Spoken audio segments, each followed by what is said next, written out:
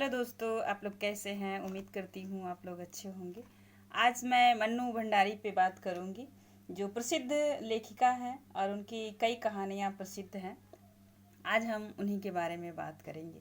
मन्नू भंडारी जी के बारे में आज एक विस्तृत नज़र रखते हुए इनके जीवनचर्या को जानते हुए और इनका जन्म स्थान और इनकी साहित्य में क्या क्या भूमिकाएं हैं उस पर आज हम बातचीत करेंगे। उम्मीद करती हूँ यह हमारा प्रयास आपको अच्छा लगेगा। दोस्तों आइए चलते हैं। मन्नू भंडारी का जन्म 1931 ईस्वी में गांव भानपुर, जिला मंदसौर, मध्य प्रदेश में हुआ, परंतु इनकी इंटर तक की शिक्षा दीक्षा हुई राजस्थान के अजमेर शहर में। ठीक है, इनकी शिक्षा यदि पूछा जाएगा कहाँ हुई तो आप राजस्थान बताएंगे, वो भी राजस्थान के अजमेर शहर में। आइए आगे चलते हैं। बाद में उन्होंने हिंदी में एमए किया। दिल्ली के मिरांडा हाउस कॉलेज में अध्यापन कार्य से अवकाश प्राप्ति के बाद आज दिल्ली में ही रहकर स्वतंत्र लेखन कर रही हैं। अब ये हुआ लेखिका का परिचय। आगे चलते हैं और आगे चलते हैं, बात करते हैं कि स्वतंत्रोत्तर हिंदी कथा साहित्य की प्रमुख मन्नू भंडारी की प्रमुख रचनाएं हैं। आइए इनकी प्रमुख रचनाओं पे बात करते हैं। एक प्लेट सैलाब, मैं हार गई, यही सच है और त्रिशंकु। त्रिशंकु इनका कहानी संग्रह है। त्रिशंकु बहुत सारे जो है लेखकों की रचनाएं हैं, तो आप इनका जो है ये कहानी संग्रह है। और इनकी जो है कि मुख्य मुख्य जो कविताएं हैं जो कहानियां हैं, आइए एक नज़र उस पर डालते हैं। आइए जो है कि पहली कहानी है मैं हार गई, जो 1957 में जो है छपी थी, और यही सच है 1966 में। एक प्लेट सैलाब 1968 में, तीन निगाहों की एक तस्वीर 1968 में, और त्रिशंकु 1978 में। ये कहानी संग्रहों का क्रम पूछा जाता है, इसलिए हमने यहाँ पे बात किया। आइए आगे चलते हैं। कहानी संग्रह हम लोग देख लिए और आगे चलेंगे, देखेंगे आपका बंटी। आपका बंटी भी एक बहुत अच्छी इनकी रचना है, महाभोज उपन्यास है। और इन दोनों रचनाओं को हम अपने चैनल पे पढ़ने का काम करेंगे और जानेंगे कि आपका बंटी में एक पति पत्नी के बीच जो तलाक की नौबत आई है उसमें बंटी ही पीस रहा है। आगे चलिए, फिर हम कभी इस पे बात करेंगे। उपन्यास में महाभोज है और आपका बंटी।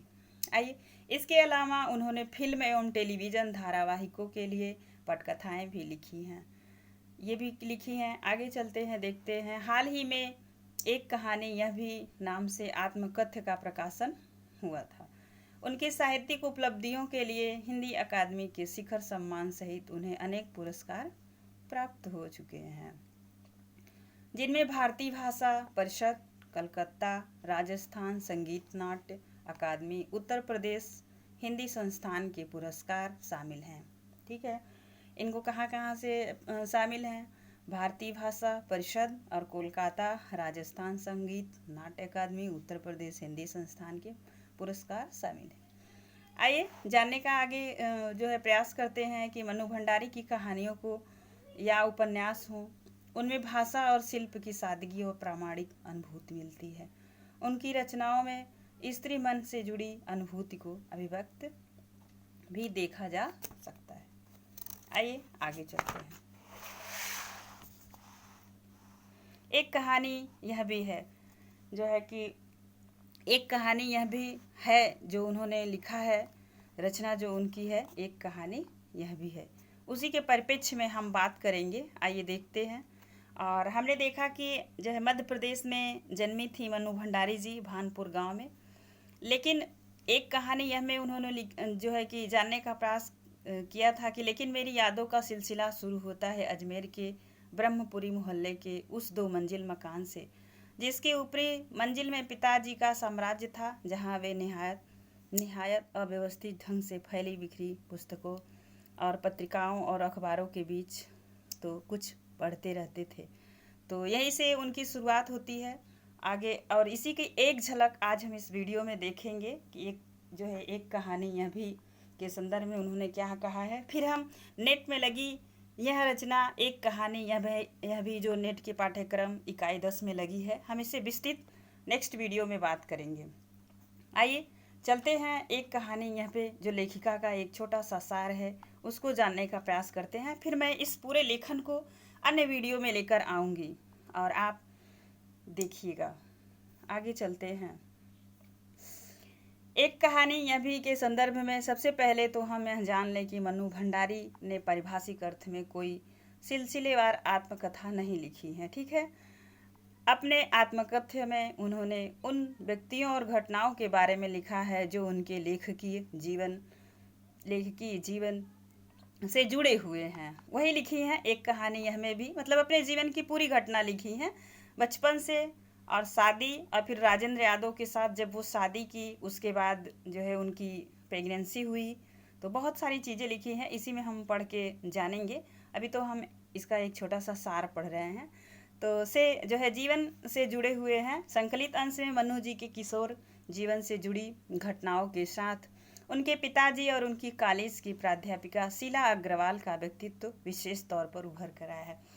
उनके जीवन में उनके टीचर और उनके पिताजी का जो है कि व्यक्तित्व उभर के आया है। जब हम इस पूरी रचना को पढ़ेंगे, एक कहानी यह भी अवश्य पढ़ेंगे इसी चैनल पे, और देखेंगे कि एक लेखिका का जीवन कितना संघर्षमय रहा है और एक लेखिका बनने के लिए उन्होंने अपने जीवन में कितना मेहनत किया है, तभी तो उन्हें धारावाहिक की रचना लिखने को मिली थी। आइए चलते हैं। उनके पिताजी और उनकी कॉलेज की प्राध्यापिका शीला अग्रवाल का व्यक्तित्व विशेष तौर पर उभर कर आया है, जिन्होंने आगे चलकर उनके लेखकीय व्यक्तित्व के निर्माण में महत्वपूर्ण भूमिका निभाई। लेखिका ने यहाँ बहुत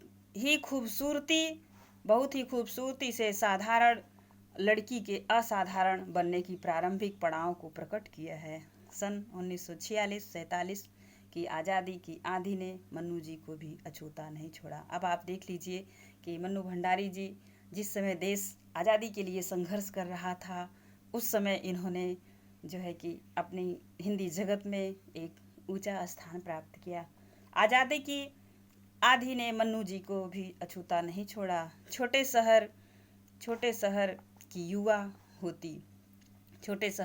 होती लड़की ने आज़ादी की लड़ाई में जिस तरह भागीदारी की, उनमें उसका उत्साह, ओज, संगठन क्षमता और विरोध करने का तरीका देखते ही बनता है।